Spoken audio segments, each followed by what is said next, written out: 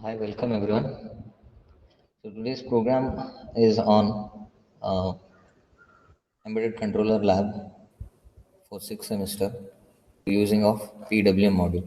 The program is using the internal PWM module of ARM controller generate PWM and verify its duty cycle.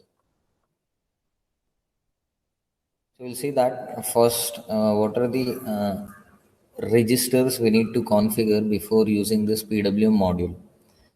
So we can microcontroller what we are using is LPC 1768.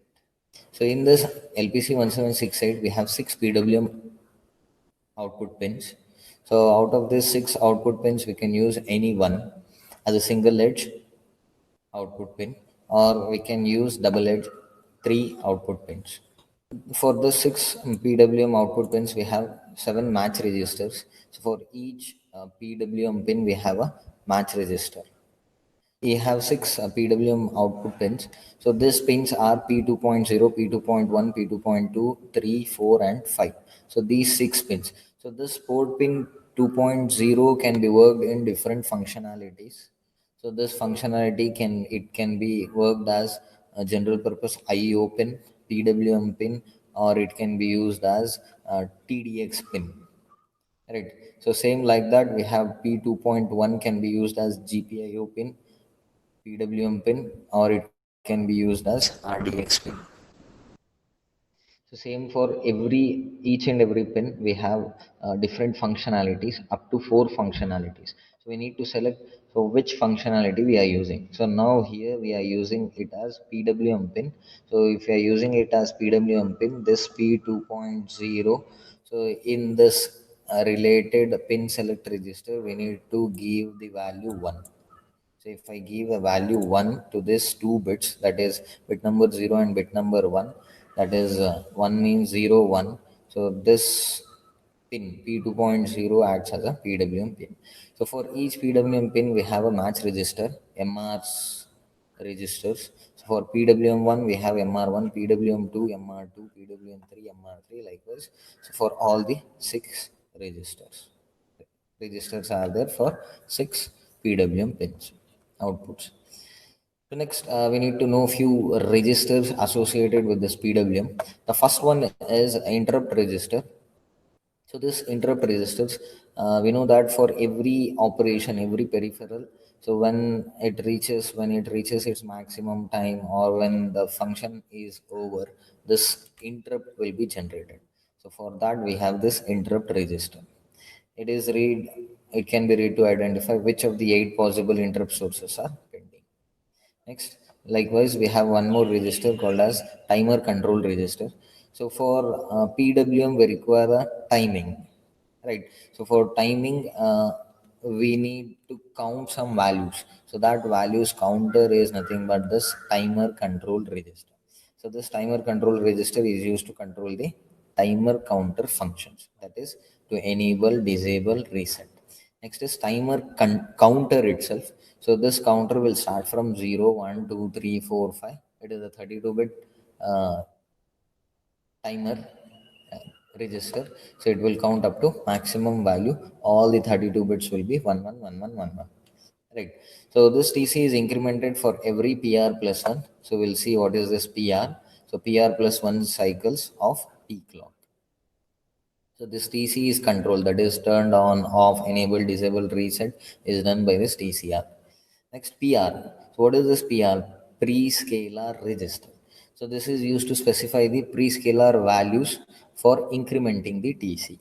So if I want to, if I gave this pre-scalar register value as 10, so this counter value will go from 0, 1, 2, 3, and it will increment it 10 plus 1 cycles. That is 11 cycles it will be incremented for every. Next PC, pre-scalar counter is there. And this is a counter. So this is also a 32-bit counter which is incremented to store the value in PR. So if I want to store some value in PR, this counter will be incremented. When the value in the PR is reached, so what I have saved, for example, I say 10. So the value of PR is raised in this counter, the TC is incremented. This TC will be incremented. Next, MCR, that is match control register. So match control register is used to control the match registers. And this TC, resetting the TC and generating an interrupt when a match occurs. So match register value and this value, if these two values are matched, so it will reset the TC, timer counter. Next, for each and for this MR0, that is match register 0, this register holds the maximum cycle time, that is total time period T on plus T off. So for each PWM register, for each PWM pin, we have this match register MR1, MR2. So for PWM1, MR1, so like this, we have all these 6 registers for 6 PWM. So this holds the match value. So if I give a match value is 60% PWM duty cycle, so then this 60% value should be stored here. So when this value and this value is matched, so this timer counter is reset. Same wise, we have one more register, that is PWM control register. PWM control register is used to enable the PWM outputs selecting the channels either as a single edge or a double edge. And the last register associated with this PWM is load enable register. So this will enable the new PWM values once the match occurs. So once the match occurs, we need to reload the new values. So this new value will be stored in LER register. So what is this PWM? We are telling that PWM. So how this PWM looks like? So you can see here. So this is the PWM waveform. So here total time period is constant. You can see in all these different waveforms. We have 5 different waveforms. In all the waveforms, the total time period, that is on time and off time, that is total time period is constant. So we will vary only the duty cycle, that is on time. So here in the first waveform, so on time is 0, that is duty cycle is 0. So here is on time second waveform, on time is 25%. So if I take this total time period as 100, 25% it is on and 75% is off, then this duty cycle will be 25%. Same like 50% on, 50% off, duty cycle is 50%. 75% on, 25% off, duty cycle is 75%. All the time it is on, no off time, then it is 100% duty cycle. So we'll calculate the average power. Like, so for this, if I take a total voltage of 0 to 5 volts, average voltage is taken. That is for 25% duty cycle, 25% of this 5 volts. Next, same like this for 50% duty cycle, 50% of this total voltage, that is 0 to 5 volts, 50% is 2.5 volts. For this waveform, we will be getting an average voltage of 2.5 volts. For this, we will get an average voltage of 75% of the total voltage, that is of 5 volts. For this, average voltage will be, output voltage will be 5 volts. So before we write program, so how it will be configured, we have some steps. So we'll see that steps. So first, we need to configure this GPIO pins in the pin select register. GPIO pins means what I said here. So P2.0 should work as a PWM pin means we need to select this pin select 4 bit number 0 and bit number 1 should be 0 1, right?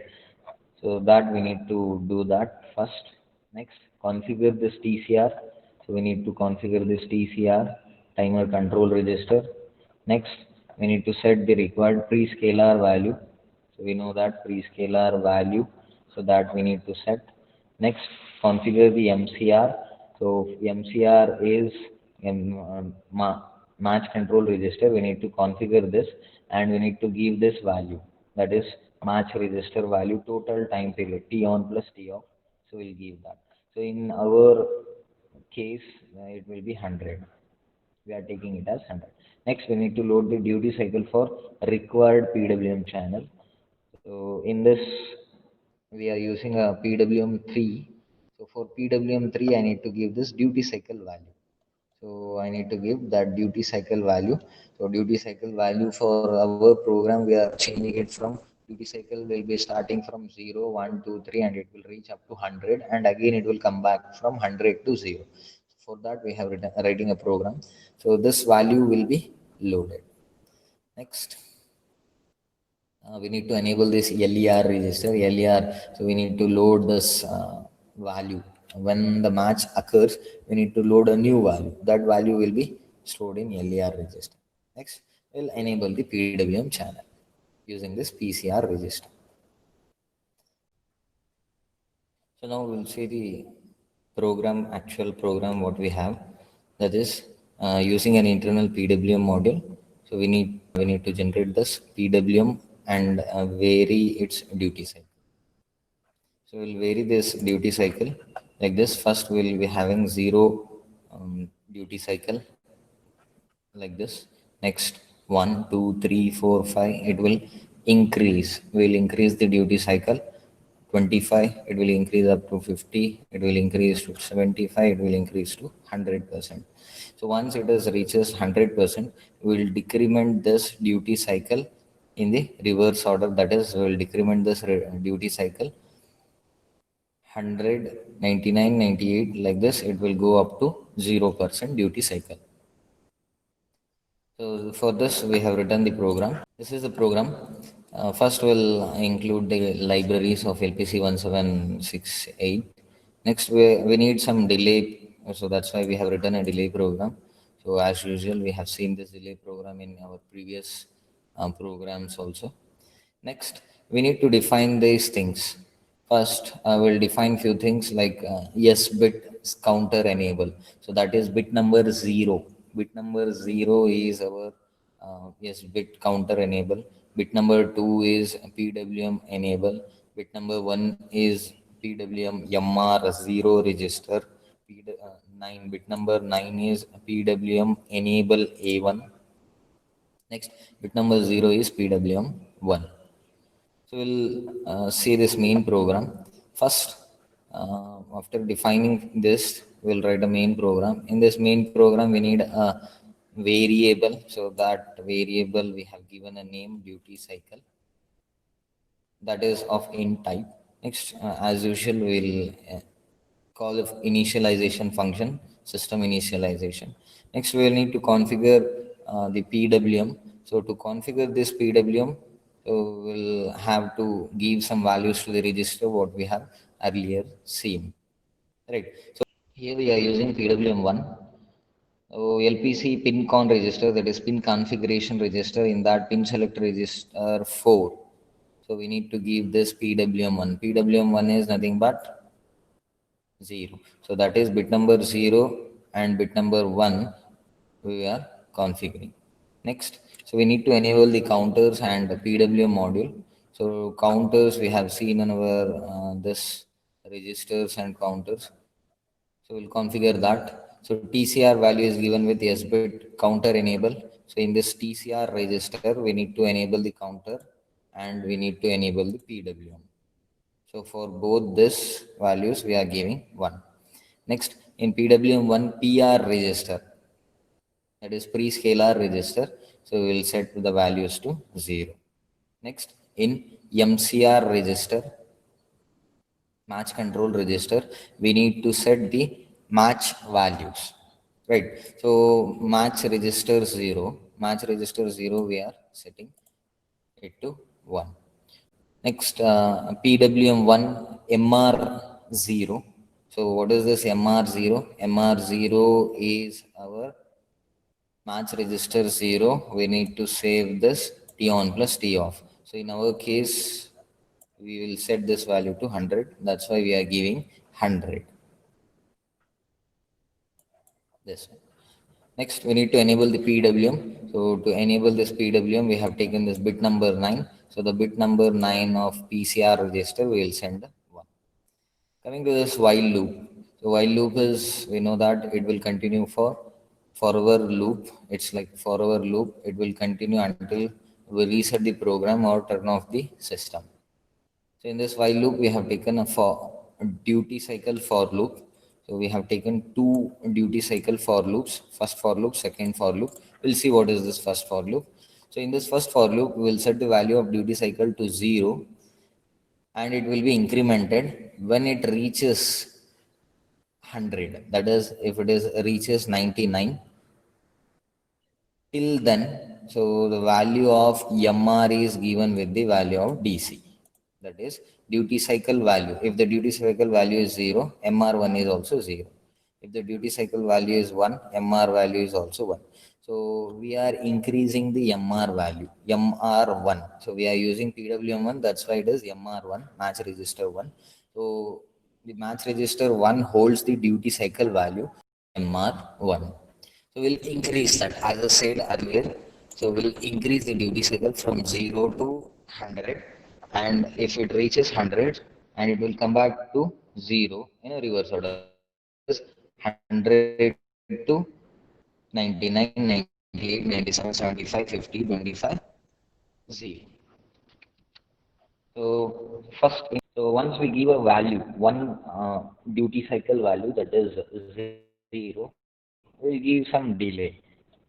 Then we'll give a duty cycle value 1. So that on the single, not on the single time, we'll get the full 0 to 100 duty cycle. So we'll give a delay to see the waveform properly. In this first for loop, we'll increase the duty cycle. In the second for loop, we are decrementing the duty cycle, decreasing the duty cycle from 100 to 0. So you'll see this on a hardware kit.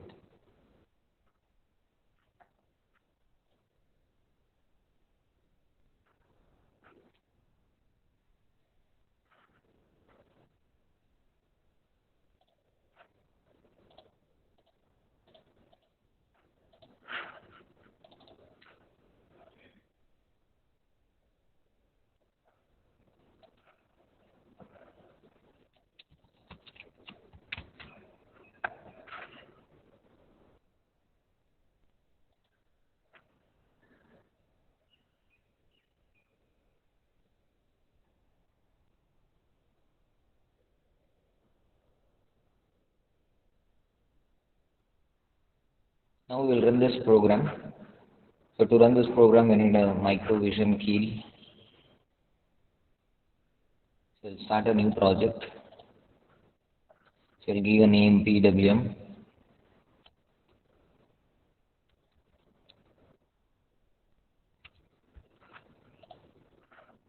Next we'll select our microcontroller LPC 1768. We'll add the startup file. You can see that startup file is added. So we'll give a new file. So I'll write a program. I'll save this with the file name pwm1.c. Save this file. Next we need to include this file in our source group. Right click on source group, add existing file pwm1.c, add. So next we need to add one more file, that is system initialization file, that is lpc1 system underscore lpc17xx.c. So we'll add that also. Close. Next we'll save all these programs. We'll build the program. So if you have any errors or warnings, it will be shown. So we have one warning. So if I give this with an enter and run this, build this, we have 0 errors and 0 warnings. So once we'll get this, so for any new project, we need to check this options for target, right click on target and select option for target or this symbol. Go for output, click this hex file, create hex file and select OK. So once again we'll build this program. So this hex file is created. Next we need to send this hex file to our hardware kit. So to send this to our hardware kit, we need a software FlashMagic. In the flash magic, already settings has been done. So once again, we'll check this. The selected device is LPC1768. COM port is COM3. So how we'll get to know that COM port is COM3? So we'll check in device manager. That is ports will be given COM3.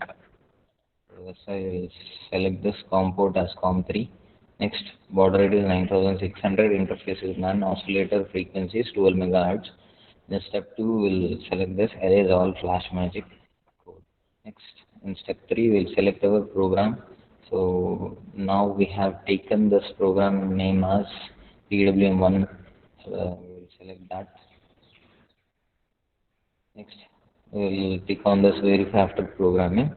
Now we'll start. If it is not connected, so this problem occurs due to we have not selected the switch in a programming mode in the hardware kit. I will select it in a hardware kit, that is programming mode, and I will press reset. Then again I will give a start. It will be programmed and verified.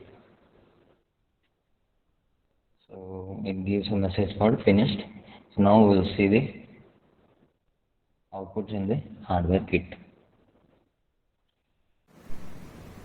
So once we have sent the program to our kit, so we'll check for the connections, USB connection and power connection. So next, for this PWM program, we'll connect our CRO probe positive to PWM and the negative is to the ground. So after sending a program, we'll check the switch. We'll change the switch to execution mode. Now I have changed this to execution mode and we'll press the reset. So once we press the reset, the output will be appeared in the CRO.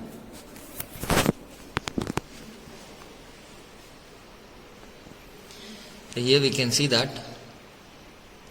So here the on time is varied and again the off time is varied. So we have written a program to change the on time and off time, right?